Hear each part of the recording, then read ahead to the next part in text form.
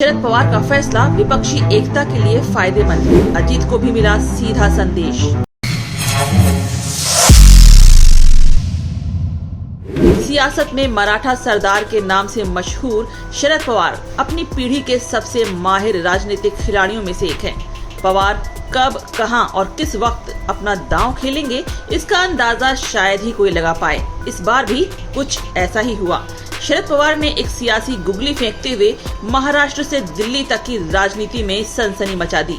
मुंबई में मंगलवार को अपनी आत्मकथा विमोचन के दौरान शरद पवार ने एनसीपी अध्यक्ष पद से हटने का ऐलान कर दिया, पर इसके साथ उन्होंने ये साफ कर दिया कि वो सार्वजनिक जीवन से रिटायर नहीं हो रहे हैं। राजनीतिक जानकार उनकी इस घोषणा को पार्टी के अंदर चल रही वर्चस्व की लड़ाई में उनके इक्के के तौर पर देख रहे हैं।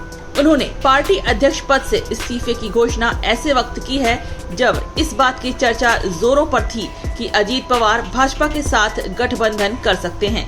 ऐसे में पवार ने गुगली फेंककर अजीत को ये संदेश दे दिया है कि पार्टी पूरी तरह उनके साथ है।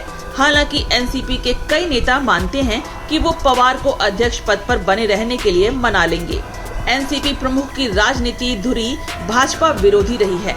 उन्होंने सोनिया गांधी के विदेशी मूल के मुद्दे पर कांग्रेस से अलग होकर अपनी पार्टी बनाई थी, लेकिन वर्ष 2004 में भाजपा को रोकने के लिए सोनिया गांधी को समर्थन दिया। साल 2019 में भाजपा के विरोध में शिवसेना, एनसीपी और कांग्रेस को लेकर महाविकास अघाड़ी का गठन किया था। ऐसे में पवार अध्यक्ष पद से इस्तीफे पर अड़े रहते हैं तो इसका असर केंद्रीय राजनीति, खासकर विपक्षी एकता की कोशिशों पर भी पड़ेगा। पार्टी की जिम्मेदारियों से मुक्त होकर वो विपक्षी एकता के लिए ज्यादा वक्त दे सकते हैं। पवार के अध्यक्ष पद पर रहते हुए अगर अजीत पवार पार्टी तोड़ते तो इससे पार्टी पर उनकी पकड़ पर सवाल उठते। विपक्षी खेमे में भी उनका दबदबा कमजोर होता, लिहाजा उन्होंने पहले ही इस्तीफे की पेशकश कर दी। अगर शरद पवार अपना इस्तीफा वापस नहीं लेते हैं तो पार्टी का नया अध्यक्ष चुनना इतना आसान नहीं होगा, क्योंकि पद के कई दावेदार हैं। अजीत पवार ने मंगलवार को ही ये कहते हुए अपनी महत्वाकांक्षा जाहिर कर दी। उन्होंने शरद पवार के सामने ही कहा कि एनसीपी नेता बार बार उनसे फैसला लेने का आग्रह न करें।